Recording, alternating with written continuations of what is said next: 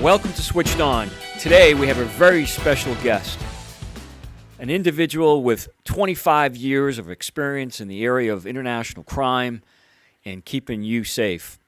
Mike Johnson. Mike, it's a privilege and an honor to have you with me today. Thank you, Eric. Thanks for having me on and staying switched on. Hey, Mike, you're an expert in the field of international security. You've done training and teaching all around the world, and especially in the area of school safety and school shootings. Let's just talk a little bit about why you think we're seeing such an increase in shootings throughout America these days. I wish it was just as simple as to figure out one reason. I think it's a multitude of things. I look at it from a perspective of what can we as society do to start combating and start intervening in these atrocious activities. And some can be attributed to the internet, some social media, but I think in the end of the day, it's about behaviors, about a lack of intervention strategies in schools and the family unit. And we have to recognize that our young people, as well as adults, are hurting and suffering emotional and mental issues that are not being addressed. And Yep. now with the prevalence of violence, violent videos, they can act out their wildest dreams and fantasies.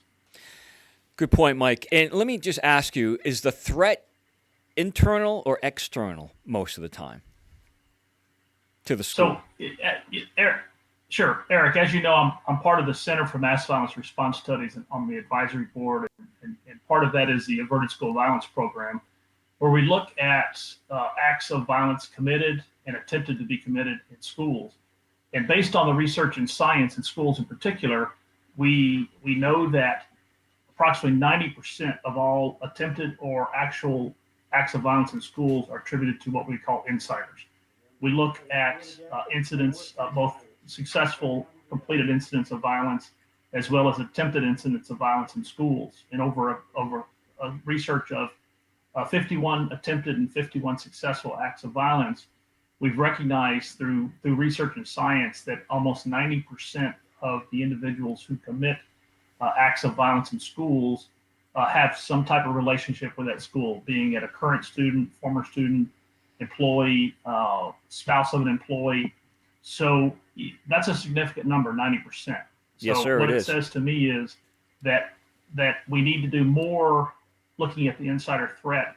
And unfortunately, I think the reaction, the response for the community is to build more walls, to put more locks, and all kinds of fancy tech equipment. When I think the truth is that it comes down to schools need to develop a better social emotional learning curriculum, mindfulness, caring school community, so that we can start working with kids at a very early age Yes. to understand behavioral issues. Great point, Mike. What do you think about more guns in school?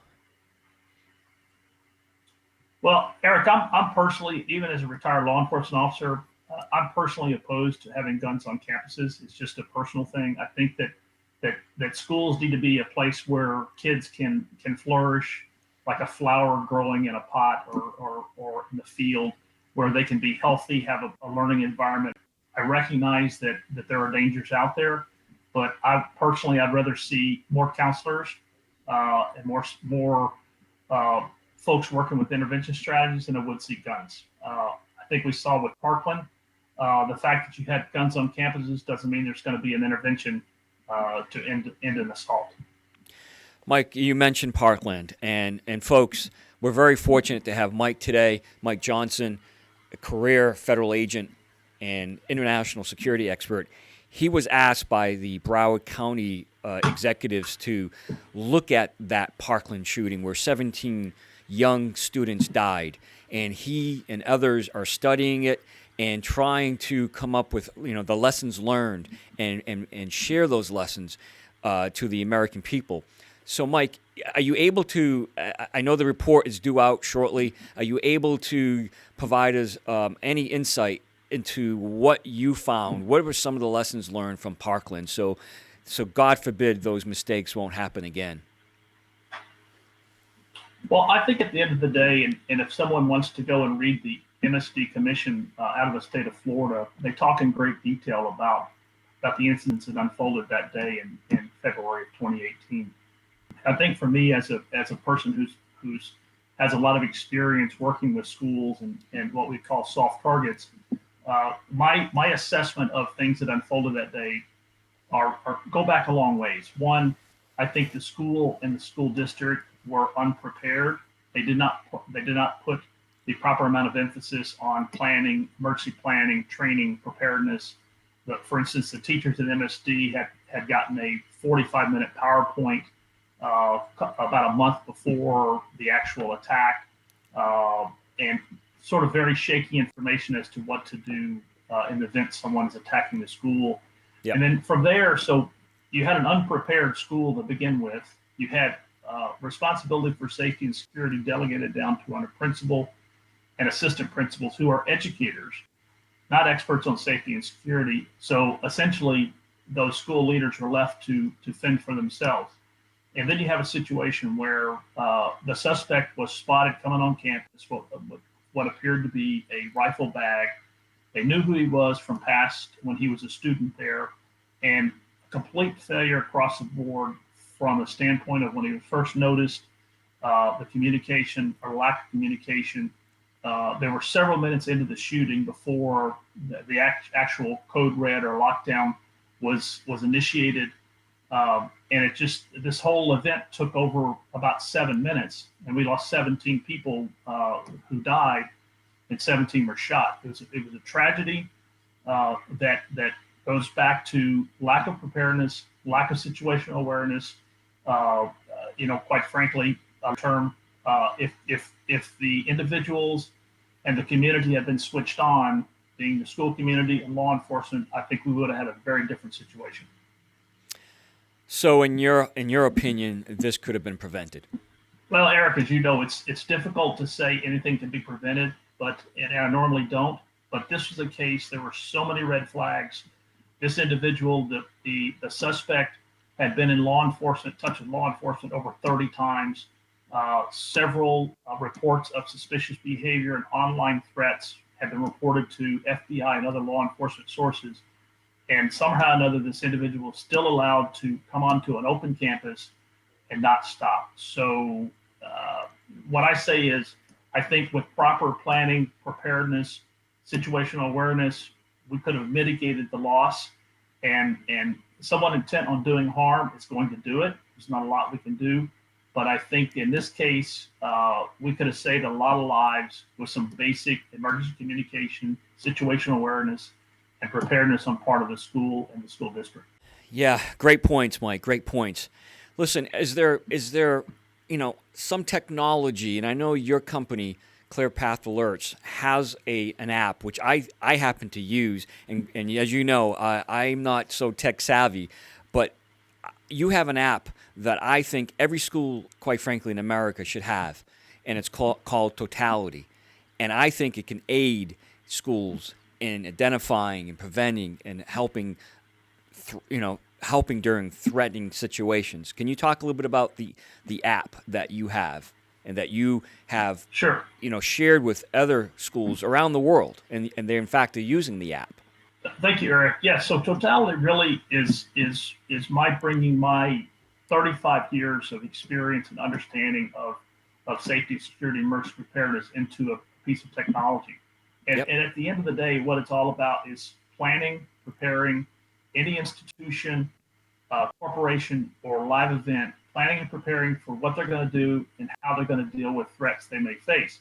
Totality is two parts. There's the cloud side, which is the planning and preparation, really the heavy emphasis on what I call left of boom, left of an event. And that's where organizations plan, train, document how they're going to prepare and how they're going to respond to hazards and threats they're going to face. Yes. And then that ties into a mobile device, which is a downloadable app from the app stores. And what that device, it allows stakeholders to take photos or videos via the the app, which is what we call See Something, Say Something, and it's in real time. If you see something suspicious behavior on your campus, you take a video or a photo, and it's instantly sent to the school's leadership team. The second part is there's a duress feature, which is geolocated, as is the capture the video photo feature. So the school leadership knows exactly who's under duress or who's taking a photo or video, and they're able to institute proper response procedures. And those response procedures, which would be a lockdown, evacuation, remain in place, can all be initiated by the leadership team via the Totality app. So it's all integrated. There's 7 components of the program, and I think at the end of the day, it's about situational awareness, being switched on an individual level and as an entity, Yes. corporation or school, and providing leaders the decision support so that they can make a decision on how to respond to an incident or an event.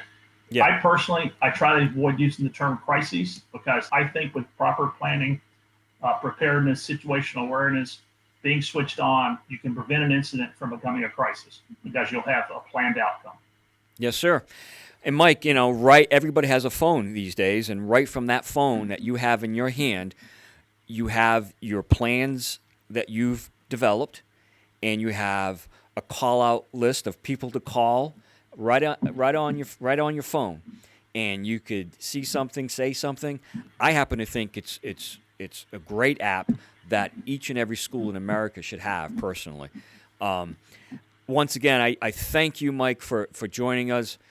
The information you shared is life-changing, and that's what this show is all about, ladies and gentlemen. Life-changing information to keep you safe, no matter what you're doing, no matter if you're on the phone, on the internet, wherever you pray, wherever you play. Switched On is about keeping you safe. Thank you, Eric. Stay switched on. Thank you.